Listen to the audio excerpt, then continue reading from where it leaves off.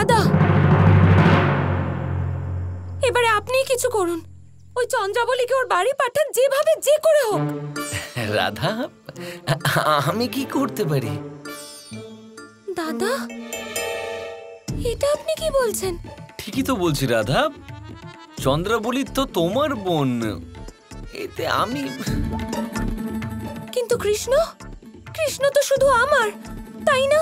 রাধা, কানাই নিজেই তো বলেছিল যে ও শুধু চন্দ্রাবলীকে ভালোবাসে, বলেছিল তো। এবার করে তো করে, এতে আমি কি করতে পারি বলো তো? বুঝে গেছি দাদা, বুঝে গেছি, যা বোঝার সব বুঝে গেছি। আপনি কৃষ্ণের দাদা, আমার সঙ্গ কেন দেবেন? আমার সাহায্য করবেন না? আমি থাকতে আমার কৃষ্ণকে আপনি অন্য কারো কি করে হতে দিতে পারেন? বলুন দাদা, হতে দেবেন আপনি এরকম? বলুন, বলছেন না কেন? সত্যি দাদা, আমার আপনার থেকে এরকম আশা ছিল না। ভীষণ হতাশ করেছেন আপনি আমাকে।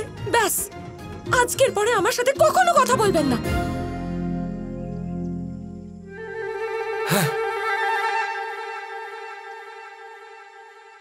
সত্যি, রাধার হিংসার এই বাধা তো ভীষণ ভয়ানক। নারায়ণের কৃপা হয়েছে আমার উপর যে ওইখান থেকে চলে গেল, নয়তো কি জানি আমার কি হতো। দাদাও আমার সাথে নেই, আমি কিচ্ছু বুঝতে পারছি না কি করব, কি করে কিভাবে ওই চন্দ্রাবলীকে আমার কৃষ্ণর থেকে দূরে সরাবো। সেটা তুমি করতে পারবে না রাধা। গুড় আর পিঁপড়ের মতো এক হয়ে গেছে দুজনে। আর পিঁপড়ে মরে যাবে, কিন্তু গুড় থেকে আলাদা হবে না। এসব তুমি কি বলছো? সেটাই যা সত্য রাধা। এখন কৃষ্ণ আর চন্দ্রাবলীকে একে অপরের থেকে আলাদা করা অসম্ভব। কৃষ্ণ তোমার কাছে আমার থেকেও প্রিয় বন্ধু। হ্যাঁ, কিন্তু যদি আমার কোনো কাজে তোমার মনে আঘাত লেগে থাকে, তোমার মনে কোনো কষ্ট হয়ে থাকে, তাহলে উপহাস করো না আয়ান। এখন আমার কৃষ্ণ বা তার কোনো কাজে কিচ্ছু আসে যায় না।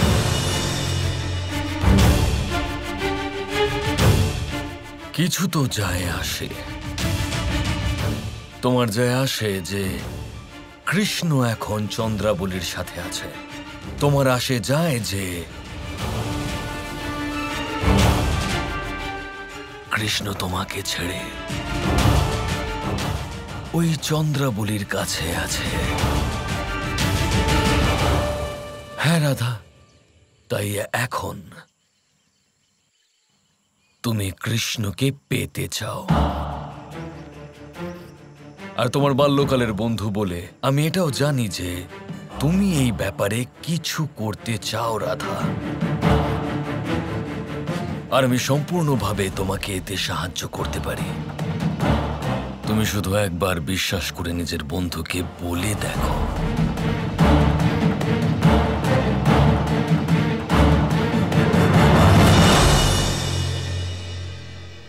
না রাধা, এরকম করো না।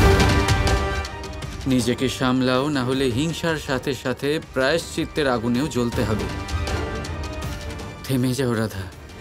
না আয়ান, আমার সত্যি কৃষ্ণকে নিয়ে কিচ্ছু এসে যায় না। যদি চন্দ্রাবলী আর কৃষ্ণ একসাথে সুখী হয়, তাহলে ওদের একসাথেই থাকতে দাও।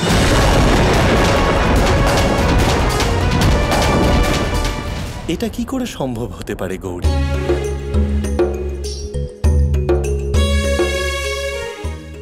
রাধা আর কৃষ্ণের জন্ম তো সংসারকে প্রেমের মানে বোঝানোর জন্য হয়েছে। আর এই পরীক্ষা তো প্রেমের সেই পরীক্ষা যা পার করে ওদের প্রেম অমর হয়ে যাবে। আচ্ছা, তাহলে আপনি কৃষ্ণর পক্ষে, আর আপনি প্রেম বুঝতে পেরে গেলেন? হ্যাঁ, ওদের দুজনকে দেখে একটু আধটু প্রেম আমিও বুঝতে পারছি। মহাদেব, দেখুন, আপনি তো প্রেম বুঝে গেছেন। তাহলে এটা বলুন যে আমাদের প্রেমের, আমাদের বিবাহর বার্ষিকীতে আপনি আমাকে উপহার হিসেবে কি দেবেন? উপহার?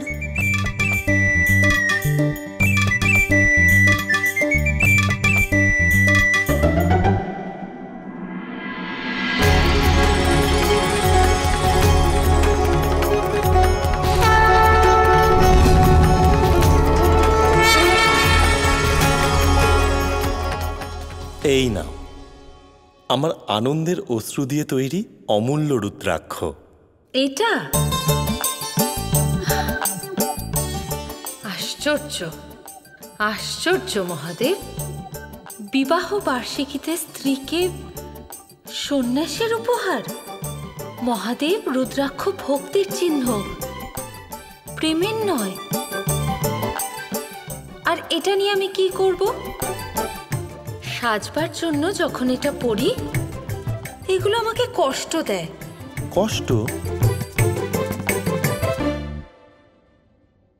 কিন্তু গৌরী, কষ্টও তো প্রেমের একটা অটুট অঙ্গ। বুঝতে পারছি আমি। আসলে প্রেমের মানে শিখতে শিখতে আপনি কৃষ্ণর মতোই কথা বলছেন। গৌরী, আমার বলার মানে হচ্ছে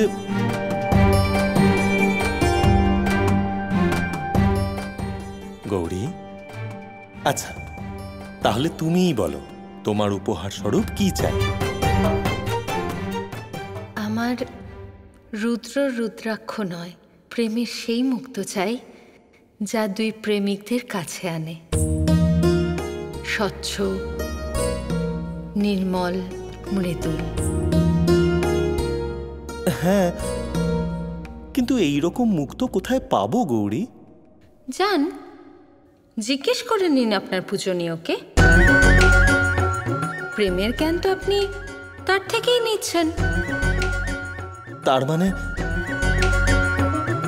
আমাকে পৃথিবী লোকে যেতে হবে? অবশ্যই যেতে হবে। এখন প্রেমিক যেখানে থাকবে সেখানেই তো পাবেন প্রেমের মুক্ত। গৌরী শোনো, আমি কিছু শুনতে চাই না মহাদেব।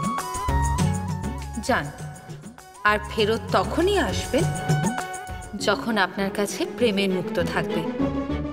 নয়তো আমি বুঝে যাব যে আপনি আমাকে ভালোই বাসেন না। ঠিক আছে গৌরী।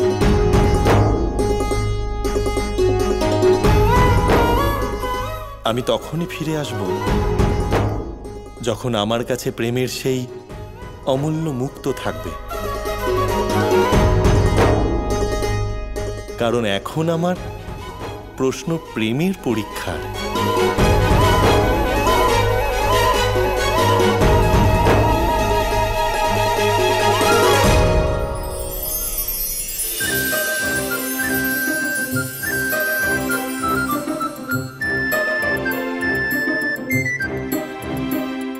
হ্যাঁ, তাহলে চন্দ্রাবলী, আমরা এই স্থানে শিবলিঙ্গ নির্মাণ করব। তাহলে এই স্থান আগে আমরা পরিষ্কার করে পুজো করে নিই, যাতে এই শুভ কাজের জন্য এই স্থান পবিত্র হয়ে যায়, তৈরি হয়ে যায়, তাই না? হ্যাঁ হ্যাঁ, একদম ঠিক কথা বলেছো কানাই। এসো মধুমঙ্গল, বাকিরাও এসো, শুরু করে দাও, চলো। রাধা, আমার মনে হয় আমাদেরও কাজ শুরু করে দেওয়া উচিত। চলো।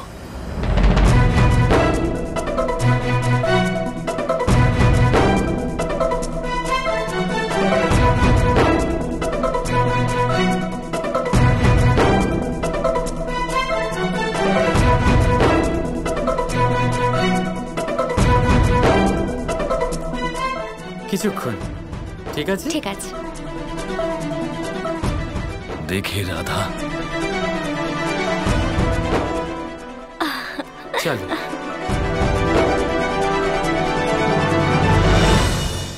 রাধা, কি কি করছো তুমি?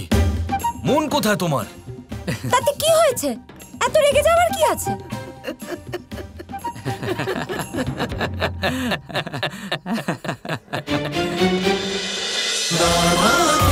Krishna Krishna Krishna Krishna